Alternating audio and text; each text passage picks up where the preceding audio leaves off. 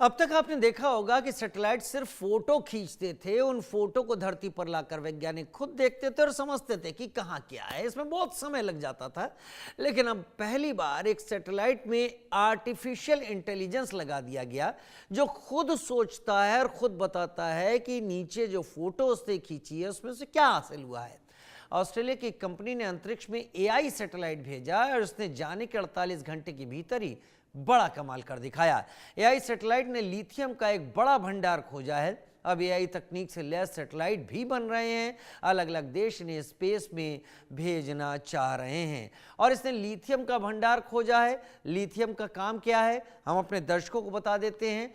EV का जमाना आना शुरू हो गया है, आगे चलकर इलेक्ट्रिक व्हीकल बहुत ज्यादा तादाद में होंगे। उसकी बैटरी जो बनती हैं, जो उसकी जान कही जा सकती हैं, वो लिथियम आयन बैटरीज होती है, उसमें लिथियम का इस्तेमाल होता है।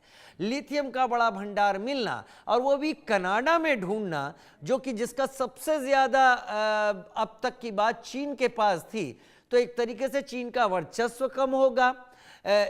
कनाडा से भी अब इसका निर्यात शुरू होगा, निकाला जाएगा इस लिथियम को और उससे पूरे अंतर्राष्ट्रीय परिदृश्य में जो बैटरी या ईवी की कॉस्ट है उसमें कमी आनी शुरू होगी और जब कमी आएगी तो हर कहीं डीजल पेट्रोल की जगह लोग ईवी की बात करेंगे और दुनिया भी सुधरेगी। पीके घोष सर हमारे साथ स्पेस साइंटिस्ट के तौर पर इस वक्त जुड़ रहे हैं। पीके घोष सर, बहुत स्वागत है आपका इंडिया न्यूज़ में जुड़ने के लिए, वक्त निकालने के लिए। अब तक जो सैटेलाइट्स जाते थे, फोटो खींचते थे, फोटो ज़मीन पर आती थी, फिर उसके एनालिसिस होते थे, लेकिन ये शायद पहला एक ऐसा अनुभव है कि सैटेलाइट ने ही एनालिसिस किया कि उसने अब किसका इस्तेमाल किया हो, कौन सी टेक्निक का, लेकिन जो फोटो खींची है उसके मुताबिक इस खास जगह पर इस खास मेटल की बहुत ज़्यादा मौजूदगी है और यहाँ से उसको निकाला जा सकता है, उसका इस्तेमाल किया जा सकता है। दो चीज़ें समझाइए, क्या अब फ्यूचर एआई सैटेलाइट्स का आने वाला है, इसको एग्जाम्पल के तौर पर, और दूसरी चीज़ ये कि ये केवल लिथियम तक ही सीमित नहीं रहने वाला है, फिर तो हर रेयर अर्थ मेटल्स हैं जिसकी बात होती है, उसके स्पेसिफिकेशन के साथ आर्टिफिशियल इंटेलिजेंस वाले सैटेलाइट कमाल कर देंगे। पीके घोष सर। जी हाँ, नमस्कार। ये सच बात है कि आगे चलकर सैटेलाइट्स में एआई का होना एकदम बहुत एक नेचुरल प्रोग्रेशन जिसे कहते हैं वो है। ये टेक्नोलॉजी सच पूछिए तो कुछ नई नहीं है।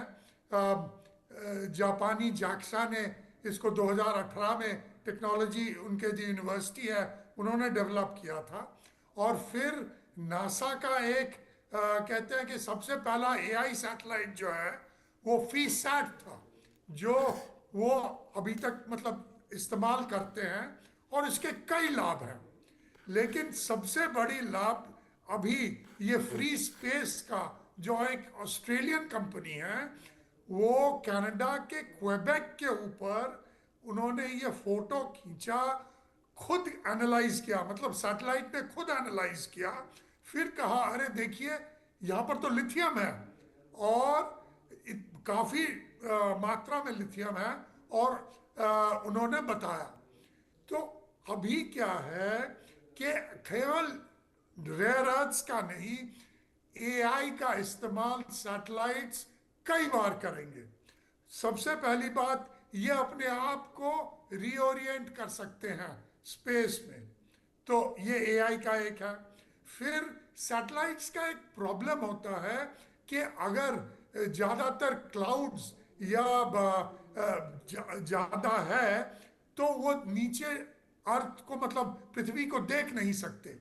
एआई के सैटेलाइट्स क्या करेंगे, वो अपने आप ही रीओरिएंट होकर कहीं और देखेंगे जहाँ पर ये जो क्लाउड कवर है, यानी कि जो आसमान में बादल हैं वो नहीं है। फिर ये डिजास्टर मैनेजमेंट के लिए इस्तेमाल कर सकते हैं। ये तो अभी लिथियम की जो बात है ये हमें बता सकते हैं कहाँ कहाँ क्या मतलब ऐसे हमारे मिनरल्स हैं। फिर ये जो और मरीन इस्तेमाल कर सकते हैं। ये एआई सैटेलाइट्स का मैं एक वो बता दूं कि ये ज्यादातर स्वॉर्म्स में काम करते हैं। स्वॉर्म्स मतलब कई छोटे छोटे सैटेलाइट्स एक साथ इस्तेमाल करते हैं, और इनका डिफेंस में, इंटेलिजेंस गैदरिंग में बहुत अहम काम है। तो पहले ही कई ऐसे स्पेस एजेंसी जैसे नासा ने ऐसे सैटेलाइट्स भेजे हैं, जैसे मैंने कहा फीसैट-1। इसरो हमारा अभी इस पर काम कर रहा है, और शायद जल्द ही एक एआई सैटेलाइट बना ले। और फिर देखिए कि कोई ज़रूरत नहीं वो जो पिछले ज़माने में था, वो सैटेलाइट डेटा भेजे, फिर यहाँ पर लोग उसे फिर पढ़ें, फिर उसको डिस्टिल करें। अभी सैटेलाइट सब कुछ खुद करेगा, और हम बैठे बैठे एक पूरा रिपोर्ट देखेंगे, हमें पता चल जाएगा कि क्या करना है।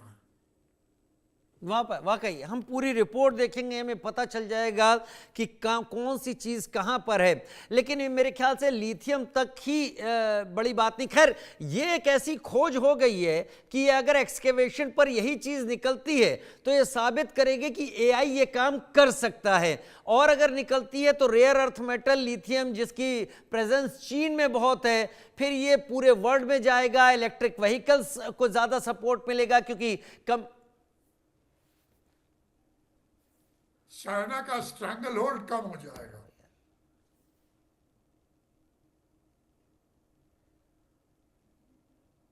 सर बताइए आप। सॉरी, और एक बार बताएंगे, आपका क्वेश्चन कट गया। मेरा वही सवाल था कि हम यहीं पर तो रोक नहीं सकते, साइंस तो बहुत ज्यादा उम्मीदें खोल रहा है इससे। आगे के ज्यादातर सब सैटेलाइट्स पे ही कुछ प्रकार का एआई होगा ही। जैसे मैंने कहा, एआई सैटेलाइट्स बहुत तरह के काम कर सकेंगे। ये जैसे कुछ दिनों पहले ही अमेरिका में बहुत वाइल्ड फायर्स हुए थे, उनका गाइडेंस, कहाँ कहाँ फायर जाएगा, कहाँ वो आग भड़केगी, पूरा जो जंगल जल जाते हैं और लोग भी इससे प्रभावित हैं, तो वो कहाँ जाएगा वो एआई बताएगा। फिर एआई ये भी बताएगा कि कहाँ मौसम कैसा होने वाला है। एआई ये भी पूरा अर्थ ऑब्जर्वेशन सैटेलाइट्स का काम ये एआई ले लेगा, एआई सैटेलाइट्स ले लेंगे। जो भी रॉ डेटा है वो खुद अपने आप कर वो डिस्टिल करेगा और हमें भेज देगा। फिर ये मिनरल्स की बात, जैसे आपने कहा कि ये लिथियम अभी आया है, अभी कई ऐसे मिनरल्स आएंगे। लिथियम से तो चाइना का जो दबदबा है वो कम हो जाएगा। फिर इंटेलिजेंस गैदरिंग में, डिफेंस में, वो सब वो एआई सैटेलाइट करेगा। जो हमारा नासा का वो है, वो एक तरह का सिस्टम यूज करते हैं, ये टेक्निक जिसे कहते हैं डायनामिक टारगेटिंग, जिसमें ये एआई का सैटेलाइट जो है खुद डिसीजन लेगा कि कहाँ सैटेलाइट देखेगा, कहाँ प्रॉब्लम है, कहाँ प्रॉब्लम नहीं है। ये हमें वो जब डेटा आता है, टाइम लगता है, जब आदमी एक बैठ कर वो डेटा को फिर पढ़ता है। ये सब कुछ नहीं करना पड़ेगा, वो खुद ही करेगा। लेकिन इसके कुछ कॉन साइड भी हैं। ये है कि सोचिए, ये एआई सैटेलाइट्स स्वॉर्म्स में जाते हैं, जैसे मैंने कहा, एक नहीं 3-4 एक साथ जाते हैं। उनमें से अगर एक भी उनको हम पकड़ के हाईजैक कर दें, यानी उसको गार्बल कर दें, तो पूरा स्वॉर्म खराब हो गया। और अगर हम गलत डेटा भेज दें उस एक स्वॉर्म का एक सैटेलाइट को, छोटा सैटेलाइट को, वो पूरा स्वॉर्म खराब हो गया और आपको गलत इंफॉर्मेशन दे दिया। तो ये बात, इस पर भी काम चल रहा है, कई प्रकार के काम चल रहे हैं एआई सैटेलाइट्स पर। जमीन पर तो ये चीजें उतनी मुश्किल नहीं है पीके घोष सर, लेकिन एक बात मैं यहां पर जानना चाहता हूं। हमारे पृथ्वी का जो एक बड़ा हिस्सा ओशियंस का है, महासागरों का है जो हिस्सा, वो अभी भी बताते हैं कि बहुत बड़ा हिस्सा अनएक्सप्लोर्ड है। क्या ये एआई सैटेलाइट पानी के इतनी गहराई में भी क्या वैसे रिजल्ट्स दे सकते हैं जिनसे कम से कम एक स्थापित तौर पर सी को लेकर, समुंदर को लेकर बहुत सारी चीजें क्लियर कट सामने आ सके?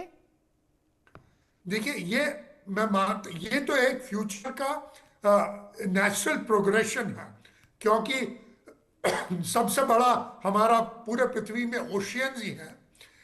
लेकिन धीरे धीरे ऐसे सैटेलाइट्स में कैपेबिलिटीज आएंगे।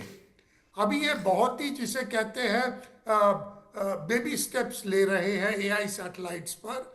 जब आगे बढ़ेंगे, अर्थ ऑब्जर्वेशन ये सैटेलाइट्स पूरा अपने ऊपर भार ले लेंगे, तब ये नेचुरल होगा कि ये पूरा हमें जो ओशियानिक जिसे कहते हैं, ये समुंदर का वो है, वो गहराई तक भी जा सकेंगे, जैसे हमारे नॉर्मल कुछ सैटेलाइट्स कर सकते हैं।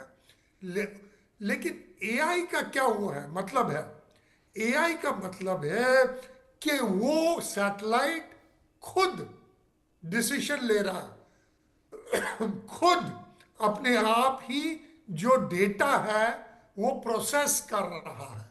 वही बड़ी बात है। वैसे तो सैटेलाइट्स समुंदर को देख सकते हैं, कुछ गहराई तक जा सकते हैं, लेकिन तब ही एआई का क्या मतलब है? एआई यानी कि वो ऑटोनॉमस बन गया, सैटेलाइट ऑटोनॉमस बन गया, या स्वॉर्म्स के सैटेलाइट ऑटोनॉमस, वो खुद अपने आप पूरा डिसीजन लेकर, पूरा रिजल्ट निकालकर आपके सामने पेश कर देगा। क्या फिर स्मॉग को लेकर भी ये एआई सैटेलाइट्स कुछ कर सकते हैं? भारत भी परेशान रहा है, चीन भी परेशान रहा है, दुनिया के कई और देश भी स्मॉग के कंडीशन में बहुत परेशान रहे हैं। जी हाँ, ये एआई सैटेलाइट का ये ऑटोमेटिकली, यानी खुद ब खुद वो जहां पर फॉग है या जहां पर क्लाउड कवर है, उससे दूसरी जगह पर देख सकता है। जहां पर फॉग कवर है वो बता सकता है हमें कि देखिए यहां पर इतना फॉग है, इतना AQI है, एक्सेट्रा, ये कई चीज ये बता सकता है। लेकिन जैसे मैंने कहा, इसका टेक्नोलॉजी, क्योंकि ये छोटे सैटेलाइट्स हैं, ये एआई सैटेलाइट्स 3-4 एक साथ काम करते हैं, तो इनका टेक्नोलॉजी अभी डेवलप हो रहा है।